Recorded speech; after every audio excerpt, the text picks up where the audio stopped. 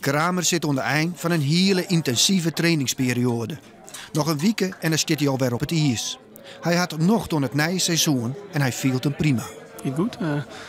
Bijna geen, eigenlijk helemaal geen blessures gewoon. En goed terugtrainen kent. Ik heb mijn ding van kent en gaat goed. De Olympische cyclus richting Sochi begon natuurlijk met een jaar buitenspel staan.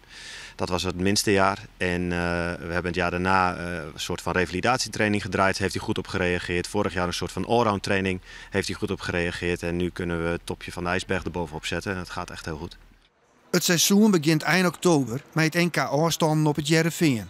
Ook het kwalificatietoernooi voor de Olympische Spelen eind december is heel wichtig. Maar Sven had eens maar één piekmoment. Uiteindelijk hoeft de pas te staan op de echte Olympische Spelen. Ik ben van mening dat ik net super hoef te wezen om je überhaupt te plaatsen voor de Spelen. Maar dat was natuurlijk in het begin van het seizoen was wel een goed vers. En dan was ik gewoon lekkere tijden rijden kennen en goede wedstrijden rijden kennen. En net onder al te volle trainingsbelasting die wedstrijd met hun rijden.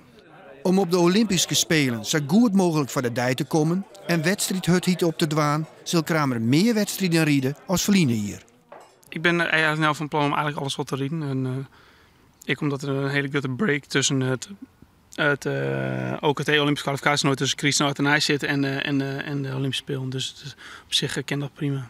Na 2 teleurstellende Spelen, met de val op de ploegachtervolging in Turijn en de verkeerde wissel in Vancouver, moet het in Sochi goed gaan. Dat jouwt vanzelf spanning. Uiteindelijk probeer ze natuurlijk wel zo relaxed mogelijk mee om te gaan, maar het is net altijd even makkelijk natuurlijk. Het is gewoon volle aandacht, het is Olympisch seizoen, het is druk en dat weet je. Maar goed, dus ik ben net de jongste meesters maar in dit gezelschap, dus ik heb wel wat mee maken. En nu had je inderdaad een ondervinding, dat helpt ook. Ja, nee, daarom. Het is net goed wijs als het er net van leert heeft.